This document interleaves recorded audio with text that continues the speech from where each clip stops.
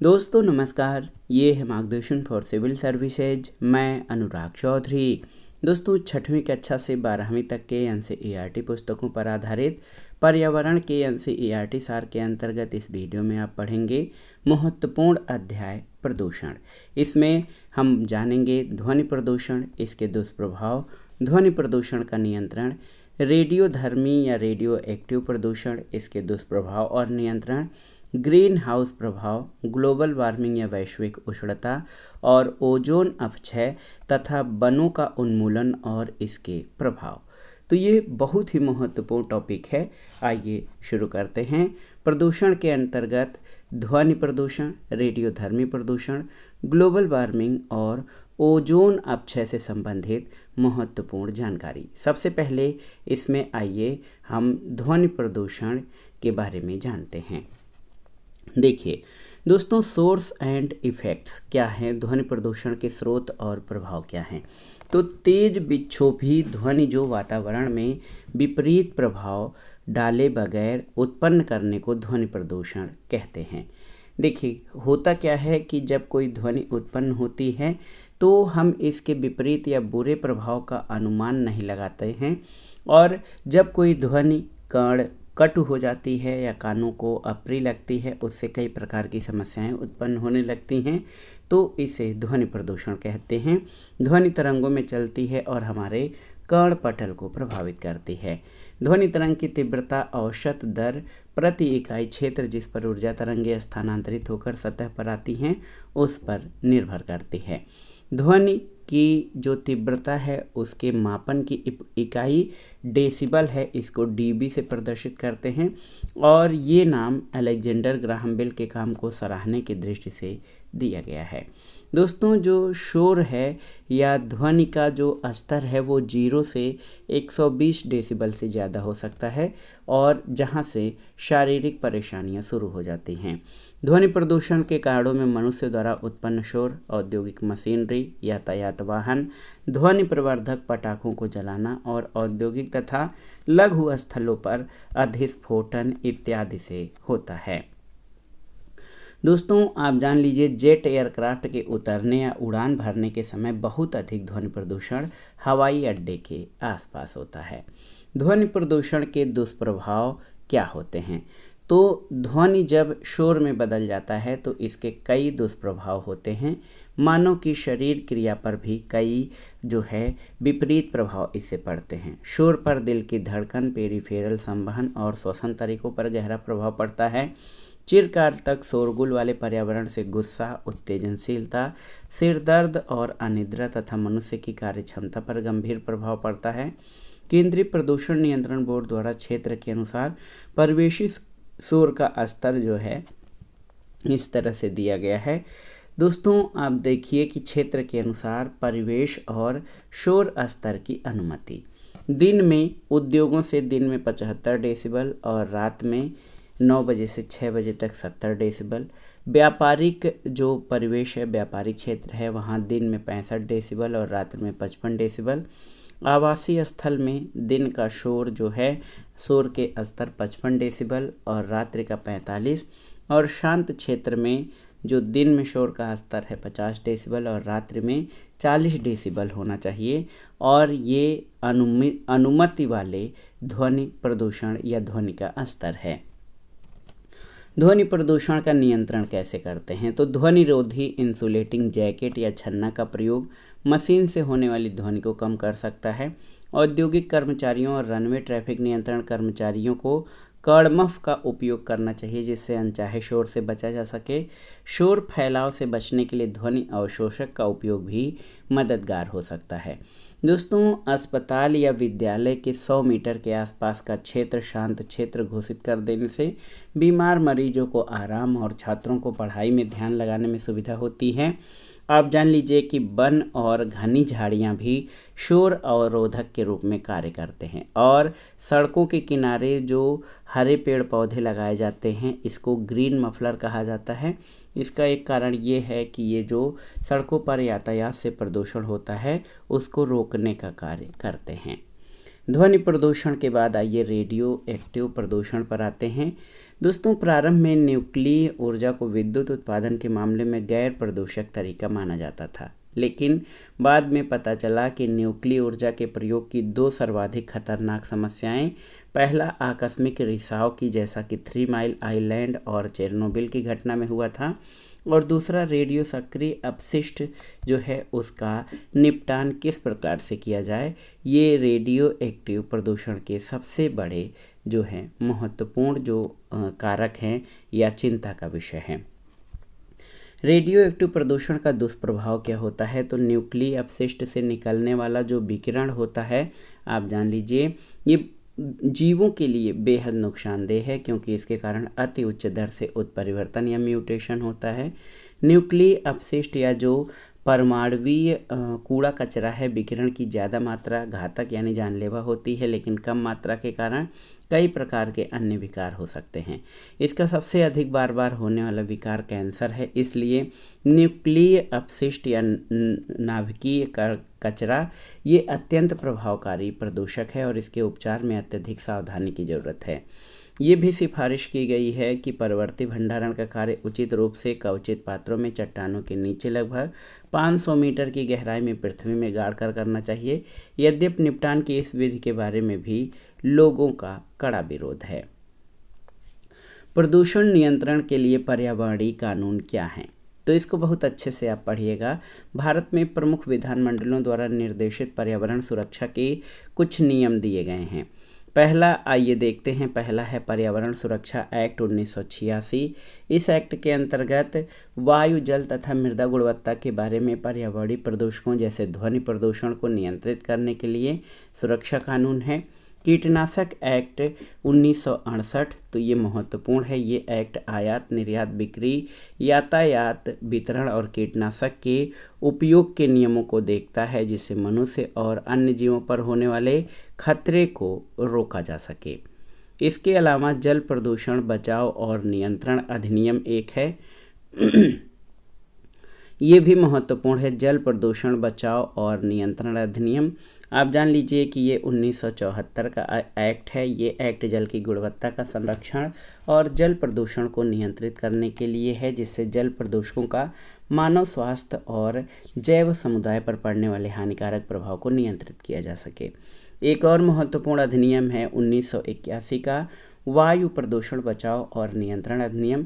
ये एक्ट वायु के गुणवत्ता यानी एयर क्वालिटी को बनाए रखने, वायु प्रदूषण को नियंत्रित करने के लिए है, जिससे वायु प्रदूषण का मानव स्वास्थ्य और जैव समुदाय पर पड़ने वाले प्रभाव को कम किया जा सके। 1987 में 1981 के वायु एक्ट में सुधार लाया गया और ध्वनि को वायु प्रदूषक के रूप में पहचाना गया। अब आइए ग्रीन हाउस इफेक्ट और विश्वव्यापी ऊष्मन के बारे में, ग्लोबल वार्मिंग के बारे में जानते हैं। दोस्तों, ग्रीन हाउस प्रभाव शब्द की उत्पत्ति एक ऐसी परिघटना से हुई है जो पौध घर या ग्रीन हाउस में होती है। पौध घर, ग्रीन हाउस एक छोटा गिलास का घर होता है जिसका उपयोग खासकर शीत ऋतु में पौधों को उगाने के लिए होता है। ग्लास पैनल प्रकाश को अंदर आने देता है लेकिन ताप को बाहर नहीं निकलने देता, इसलिए पौधघर ठीक उसी तरह गर्म हो जाता है जैसा कि कुछ घंटों के लिए धूप में पार्क कर दी गई कार का भीतरी भाग गर्म हो जाता है। ग्रीन हाउस प्रभाव प्राकृतिक रूप से होने वाली परिघटना है जिसके कारण पृथ्वी की सतह और वायुमंडल गर्म हो जाता है।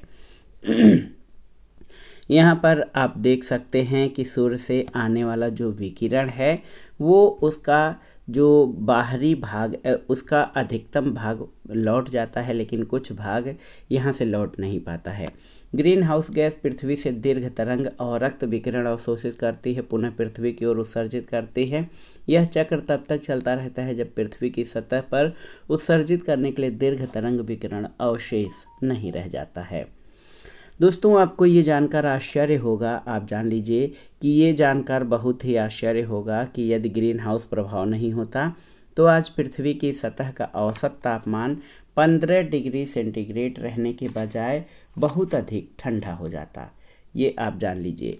और जब जो आज का तापमान है ठंडा होकर -18 डिग्री सेंटीग्रेड हो जाता। और ऐसे में यहाँ पर जीवन की कल्पना नहीं हो पाती। ग्रीन हाउस प्रभाव को समझने के लिए ये जानना जरूरी है कि सबसे बाहरी वायुमंडल में पहुँचने वाली सूर्य की ऊर्जा का क्या होता है। तो पृथ्वी की ओर आने वाली सौर विकिरण का लगभग 1/4 भाग बादल और गैसों से परावर्तित होकर वापस लौट जाता है। दूसरा चौथाई भाग वायुमंडलीय गैसों द्वारा अवशोषित हो जाता है और लगभग आधा भाग सौर विकिरण पृथ्वी की सतह पर पड़ता है, गर्म करता है और इसका अवरक्त विकिरण यानी इंफ्रारेड रेडिएशन का कुछ भाग परावर्तित होकर लौट जाता है और अन्य भाग जो है वो धरातल के तापमान को मेंटेन करता है। पृथ्वी की सतह अंतरिक्ष में अवरक्त विकिरण के रूप में ऊष्मा उत्सर्जित करती है, लेकिन इसका बहुत छोटा भाग ही अंतरिक्ष में जाता है क्योंकि इसका अधिकांश भाग वायुमंडलीय गैस जिनको ग्रीन हाउस गैस कहते हैं यानी कार्बन डाइऑक्साइड, मीथेन, जलवाष्प, नाइट्रस ऑक्साइड और क्लोरोफ्लोरोकार्बन के द्वारा अवशोषित हो जाता है। इन गैसों के अणु ऊष्मा ऊर्जा या हीट एनर्जी विकिरित करते हैं। इसका अधिकतर भाग पृथ्वी की सतह पर पुनः आ जाता है और इसे फिर से गर्म करता है। ये चक्र अनेकों बार होता है। इस प्रकार पृथ्वी की सतह और निम्नतर वायुमंडल गर्म होता रहता है।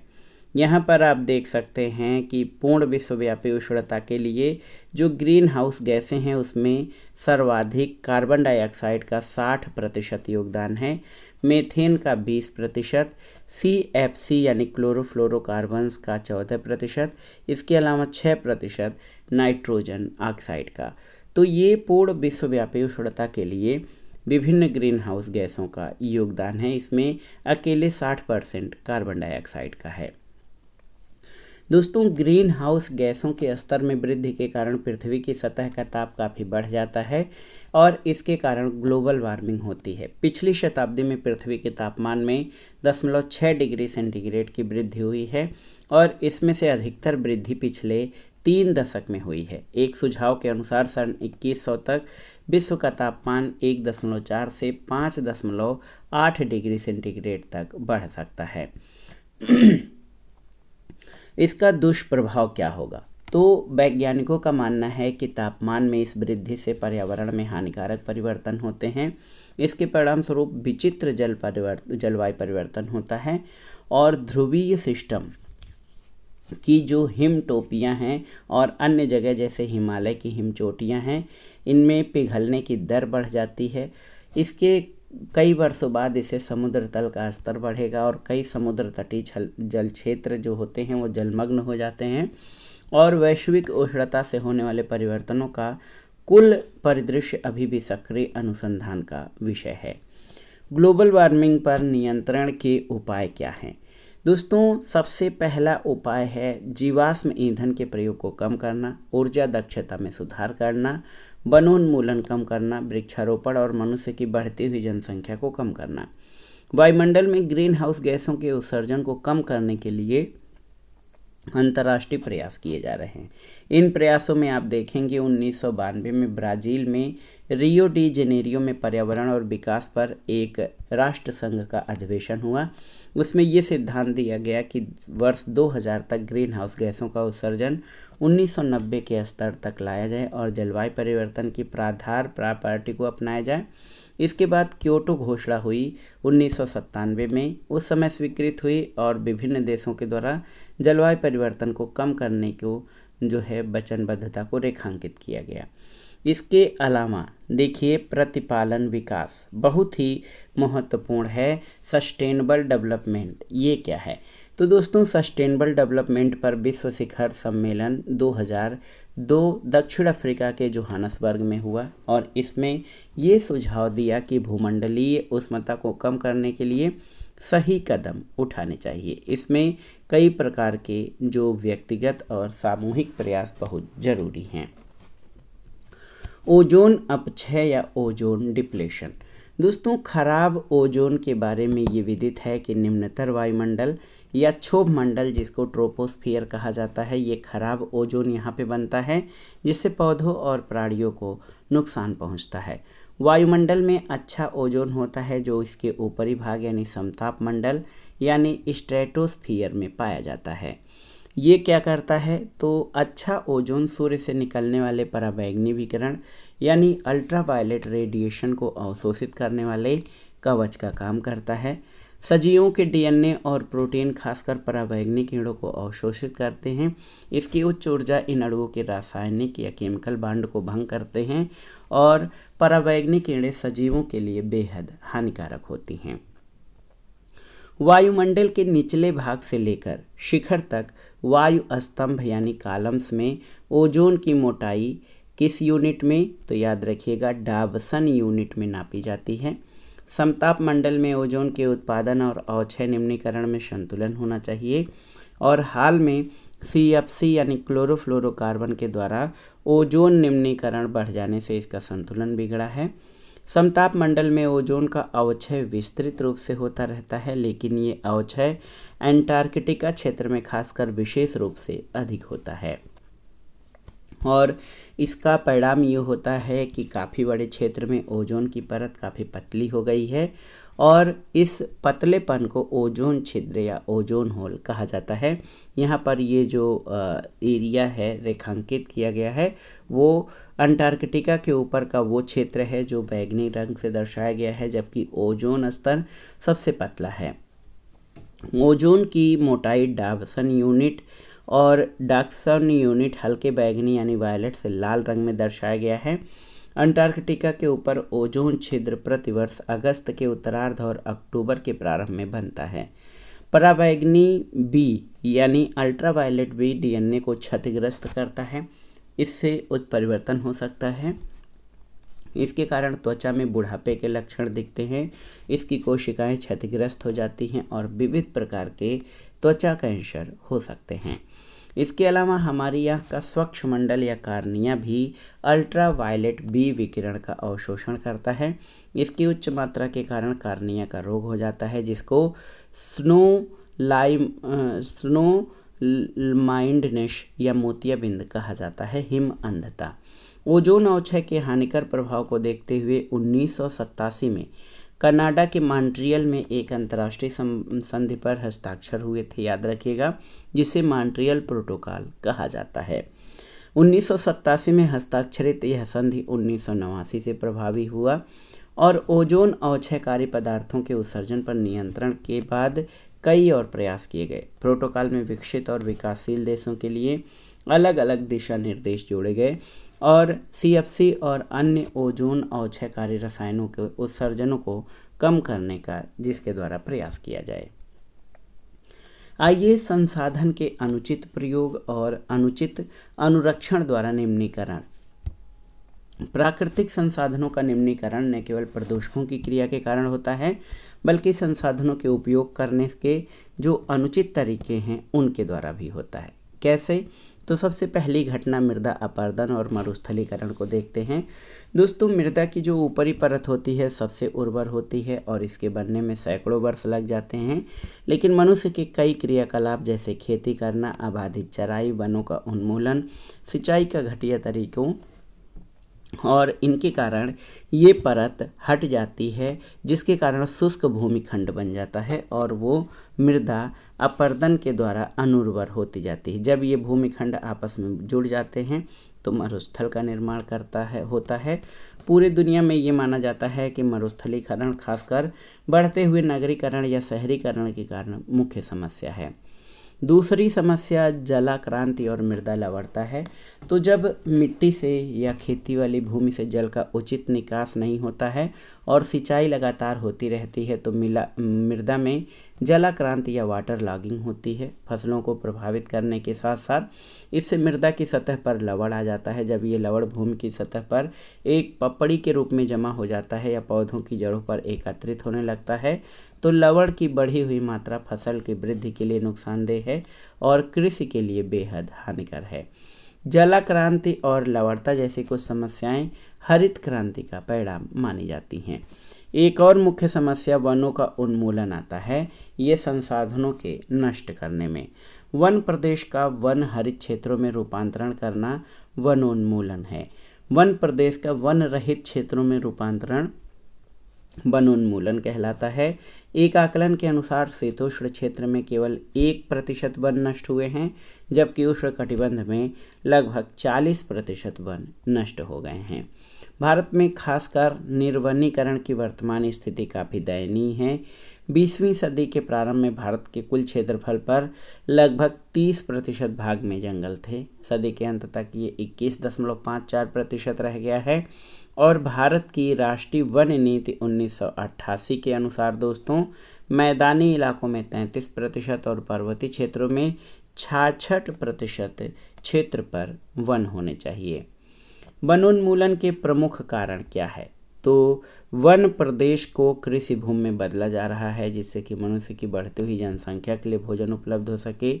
वृक्ष, इमारतें, लकड़ी, टिम्बर, काष्ठ, ईंधन, पशु फार्म और अन्य कई उद्देश्यों के लिए काटे जाते हैं। काटो और जलाओ कृषि यानी स्लैश एंड बर्न कृषि, जिसमें आमतौर पर भारत के उत्तर पूर्वी राज्यों में झूम खेती कल्टीवेशन कहा जाता है, इसके कारण भी वनों का उन्मूलन हो रहा है। अगर आप जानते हो वनों को काटो और जलाओ, तो इस विधि में जंगल के वृक्षों को काट दिया जाता है, पादप अवशेष को जला दिया जाता है, राख का प्रयोग उर्वरक के रूप में और उस भूमि का प्रयोग खेती के लिए या पशु चारागाह के रूप में किया जाता है। खेती के बाद उस भूमि को कई वर्षों तक वैसे ही खाली छोड़ दिया जाता है ताकि पुनः उर्वर हो जाए। कृषक फिर अन्य क्षेत्रों में जाकर इसी प्रक्रिया को दोहराता है। वनोन्मूलन के कई प्रकार के दुष्परिणाम हैं, हम लोग जानते हैं। सबसे पहला ये है कि वायुमंडल में कार्बन डाइऑक्साइड की सांद्रता बढ़ जाएगी, क्योंकि वृक्ष अपने जैव भार में काफ़ी अधिक कार्बन धारण कर सकते थे, लेकिन वनों की कटाई के बाद इनके नष्ट हो जाने से ये स्थिति बिगड़ रही है। वनोन्मूलन के कारण आवास नष्ट होने से जैव विविधता यानी बायोडाइवर्सिटी में कमी हो रही है।